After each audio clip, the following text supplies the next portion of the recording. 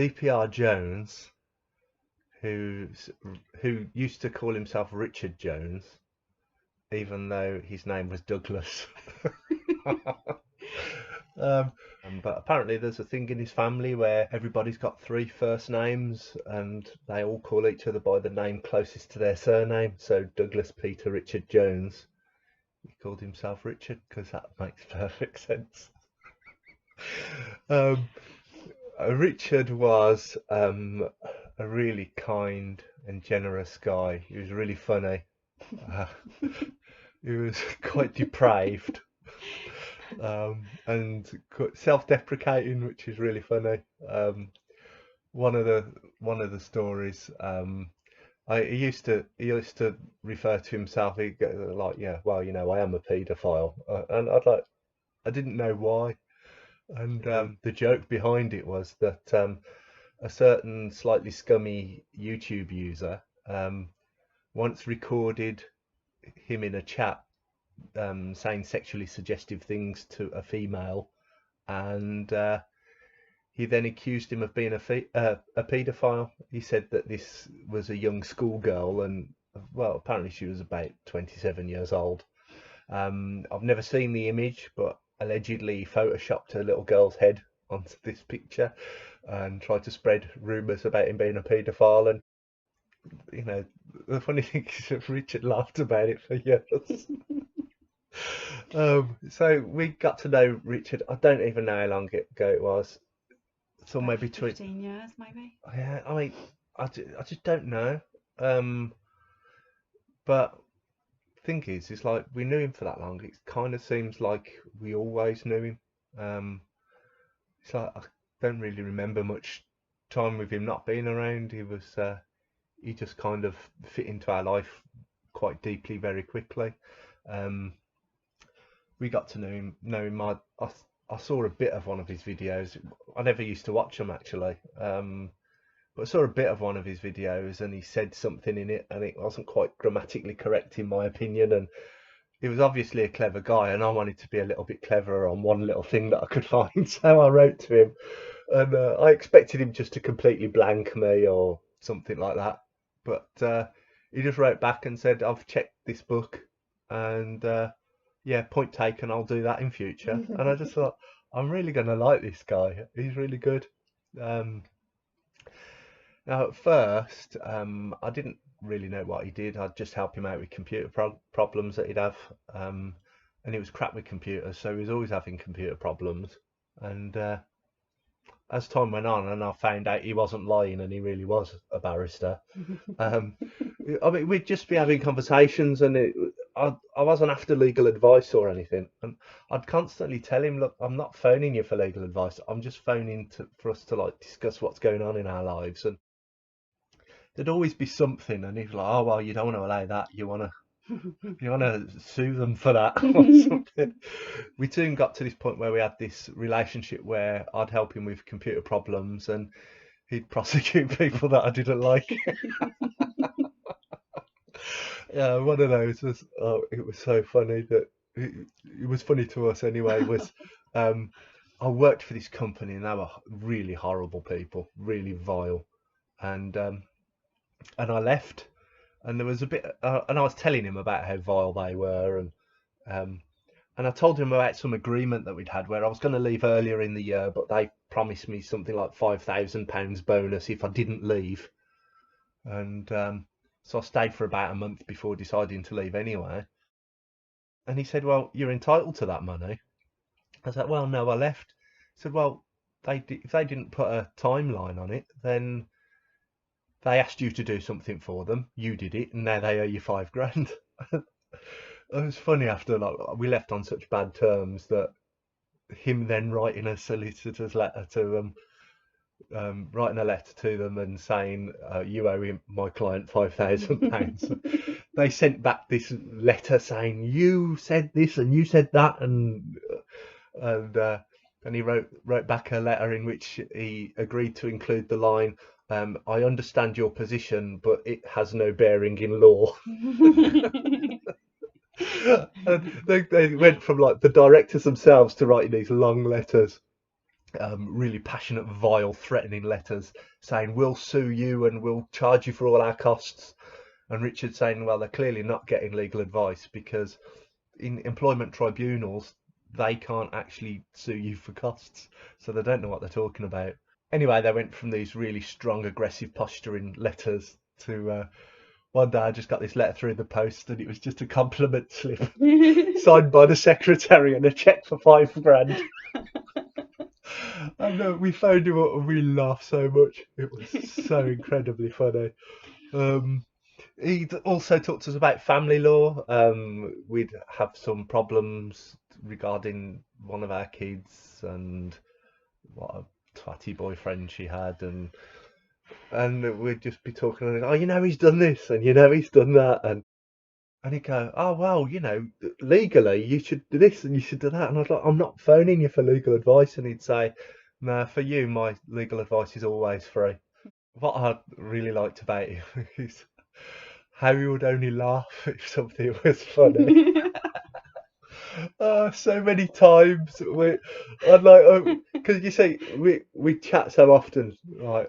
At times it would be a few times a week, and then maybe not for a month or whatever. But we'd be sitting there and we'd be talking and chatting, and he'd be like a cheeky little child with a little cheeky glint in his eye, and I'd go off on one and I'd be laughing, and I'd be like, no, I did this, and I'd be enjoying my own joke, and I'd look down and he'd just be sitting there like this. And he'd wait for me to look at the screen, and then he'd casually lean over, get a drink. And I'd say, didn't you get it? And he'd say, yes, but it just wasn't funny. Oh, God. It was so good. He'd reel you in as well. You'd be talking to him and he'd be telling you something and you'd think, oh, well, I'm learning something new about him here. I didn't know he held this position. And I can't think of an example, but he'd be talking about something and, and it'd start off and it'd be something you think, no, I could never agree to that. And he'd start talking and talking. And by the end, I'd be like, in my gut, I don't agree with it, but he's argued me into a position where I have no choice but to accept that he's right.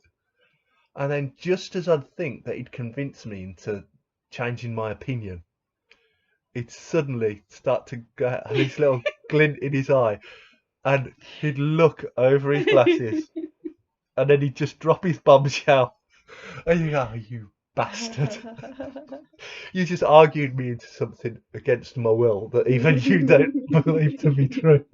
We were really lucky that we got talking with his family soon after he died, and they invited us to kind of memorial thing. And his family are just they're all lovely. Oh, they're brilliant. They're all like clones of each other. And his mum, I don't know how old she is, but she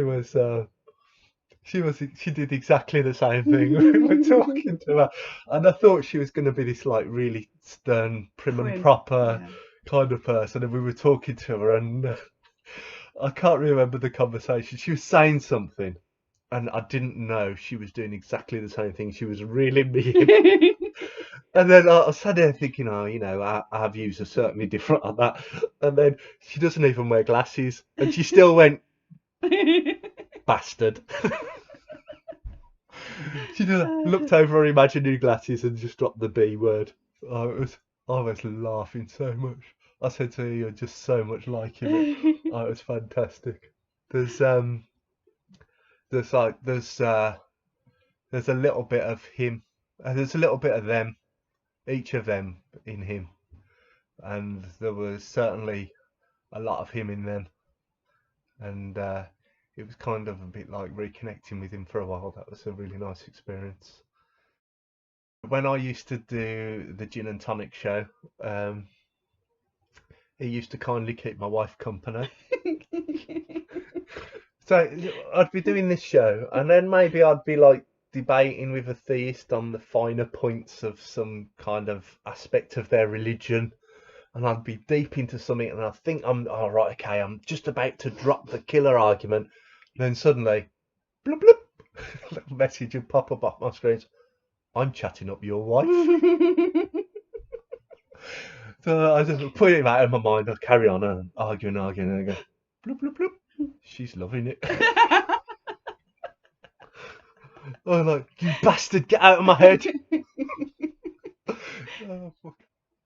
I remember one episode of Magic Sandwich Show, and they had a guest on, an Islamic proselytizer from down London way called Hamza Zorsitz.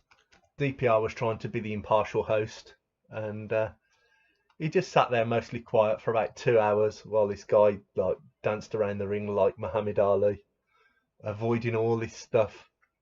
And then suddenly Richard just jumps in. Apostasy situation doesn't occur in the Quran. They should be stoned to death. Yes? No, that's not the punishment. What is the punishment? From my understanding, it may be limited, it's actually a beheading. Beheading. And you're comfortable with that? Well, you don't feel any pain with it, that's the first thing.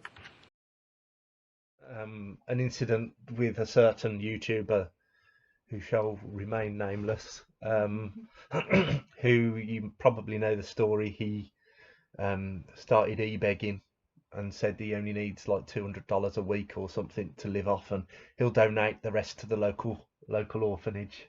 And then all of a sudden, next thing you know is people are sending him thousands of dollars, and they're promising to do it every month, and the dollar signs appeared in his eyes, and Richard wasn't really very happy about this, because he considered him to be what he would call a little shit. He didn't believe him, and I don't know if he found multiple orphanages or just the one close to where this guy lived, who he said he was going to send it to. But he got in contact with them, and they said they'd never heard of this guy, and they'd certainly not received any money. And I remember him saying, "What a little cunt. He stole money from orphans. He stole money from fucking orphans." He had a good way with words. Talking of good way with words, Peter Popoff. Man, he did not like Peter Popoff. He hated him because he preyed on the old, the ill, the mentally infirm, the gullible, and he'd take money from them. They'd be poor, and this Peter Popoff would have millions through his various scams. And he did a series of videos on what a scam artist Peter Popoff is and what we can do to cost him money. For example, if we write on their website and ask for some miracle water, he'll send that to us, and that'll cost Peter Popoff $2. And if we can get enough people to do that, we can bankrupt him.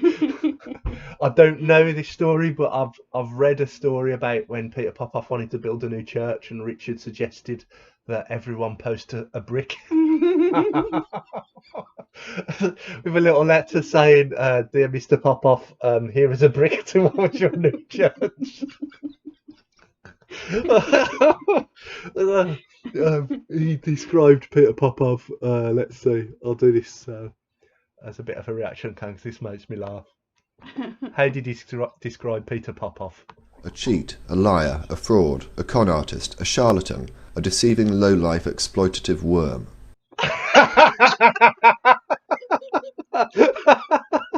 A low-life exploitative worm. I have never heard of an exploitative worm before. He was brilliant. His way with words was incredible. It was so good. Man, I am going to miss that so much. So, as I said, he was pretty much the same in real life as he was on screen. There were no pretenses about him at all. He was a barrister. He was a practicing barrister. He used to do family law, but he wasn't really very happy with it. He said it wasn't like doing real law. He wanted to go. It was kind of dirty. It was always people arguing with each other and being nasty and false claims and stuff. So he went into employment law because he wanted to help people who were being treated unfairly, because he hated that. In his practice, he would quite often work for people for no money to them directly, because they'd get some kind of state money. but in some cases people wouldn't qualify for that. And much to his clerk's disagreement, he would often not write down what hours he'd worked for these people because he didn't want it to cost them too much money. So he'd often put down a few hours that he'd done stuff and then maybe spend a few extra days looking into their case and working on it, and then they wouldn't get charged for it. And apparently he did that quite often. He was just, I think he valued fairness more than money.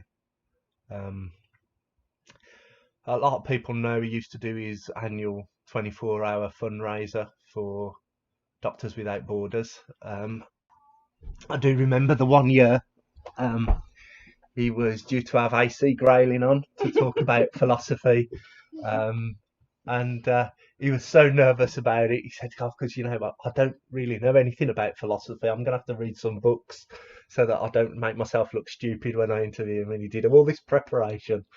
And then as we were waiting for, what would happen is different internet groups of people would do a show for an hour at a time. And then he'd come in a few minutes towards the end of the show, thank them, they'd go off, and then he'd bring on the next one. And he'd always insist that he would host the whole 24 hours. It was his goal to make sure that, he said, if it's going to be a 24-hour event, there's no point in me going to bed. And so this one show started to come to an end, and they were like, well, AC Grayling's up next. We're just waiting for DPR to show up. Looking around kind of a bit awkward. Like, oh, we haven't planned this extra 5 minutes. Let's carry on talking until he turns up. And then they'll go in. And they kept going. And he just wasn't anywhere. And we were messaging Aaron saying, Aaron, phone him. Try to get through.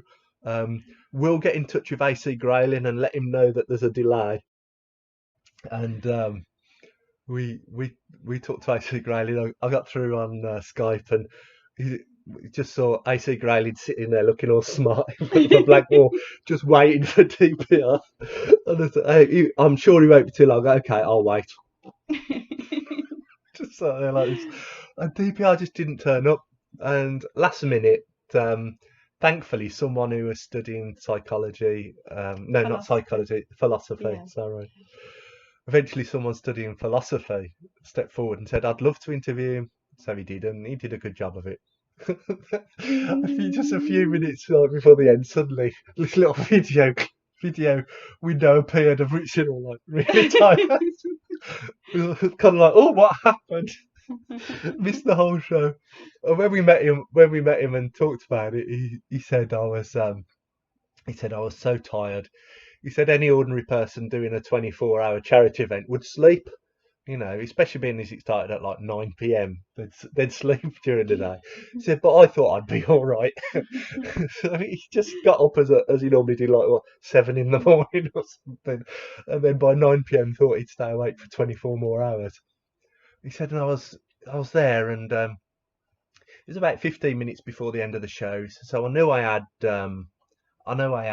about 10 minutes, and I thought, oh, my eyes are really tired. I know, I'll just close my eyes for 10 minutes without going to sleep. He said, and then, like an idiot, I closed my eyes. He said, and then I thought to myself, I know, I'll just rest my head in my arms for 10 minutes without going to sleep. And as he told us, he said, of course I went to sleep. And he said, and as he told us this, he put his head in his hands, and he said, what a fucking idiot. Oh my God. So, having met his family, we learnt a little bit about him, his real life, which they've said would be okay to share with you. They thought it would be nice. They've learnt a lot about Richard from watching videos and hearing testimonies, and they've brought them a lot of comfort. And they've said, there was a lot about him that they didn't know. So there's some things that they've said that we can share, and the first one I've definitely got to share. Oh, you'll hear the similarity between Richard and his mum there. This is great. She stood there just smiling at me and saying, when I was expecting Richard, he was like her third baby, and she'd already had these two really beautiful babies, so she didn't have any worries about how Richard will look until he was born. And she said he was such an ugly baby. She said the problem was is he just had too much skin. oh God.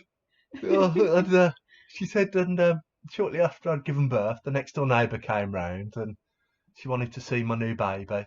And she said, and I looked at her and thought, what kind words can this woman possibly say about such an ugly baby?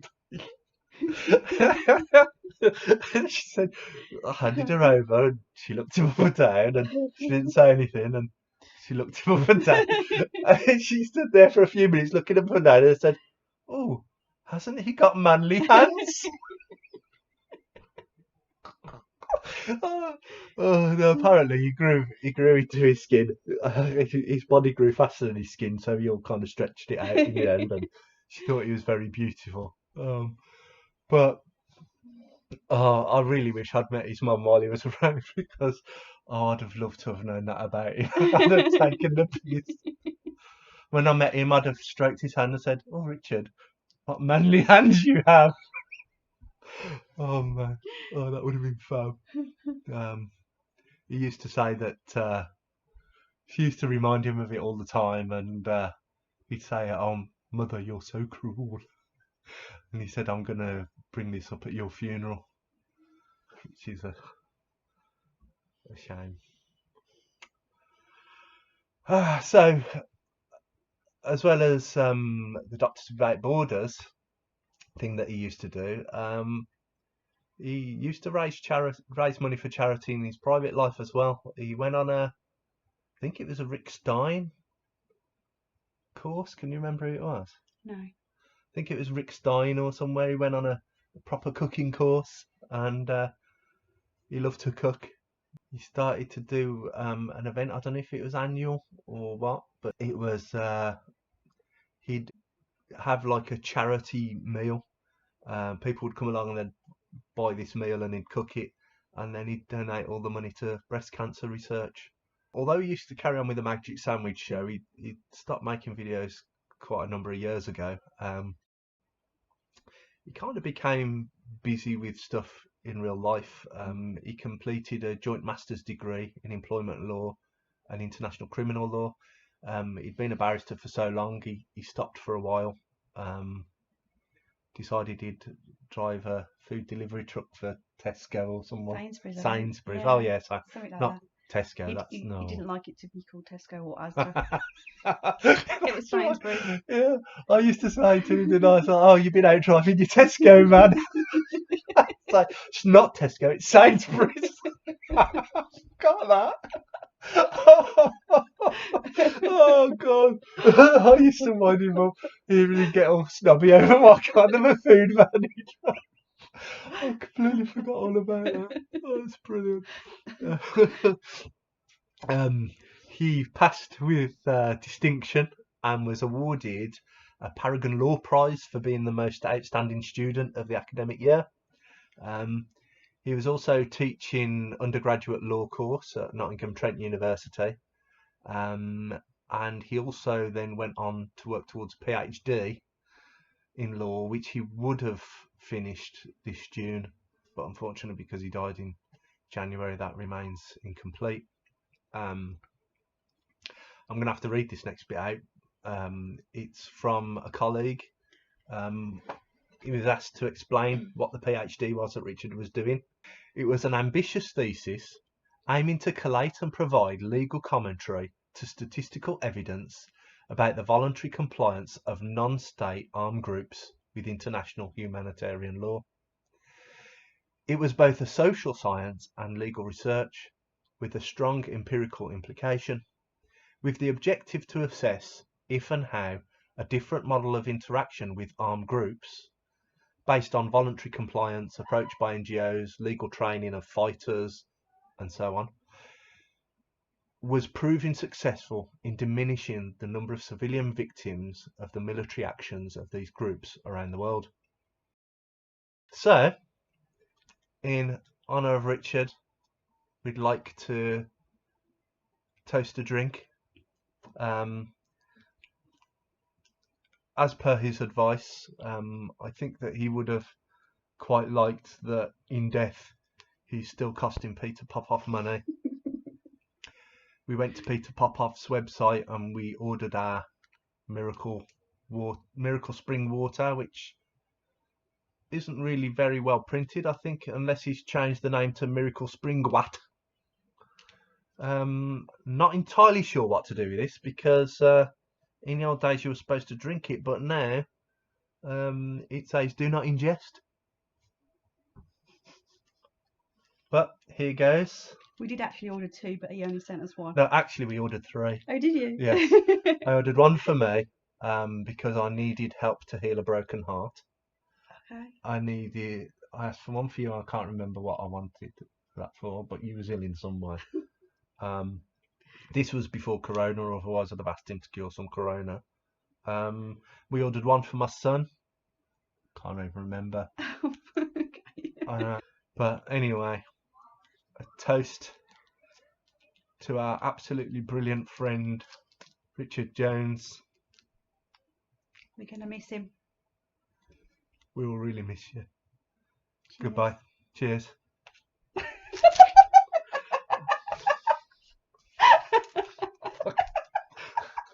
You've wasted it now.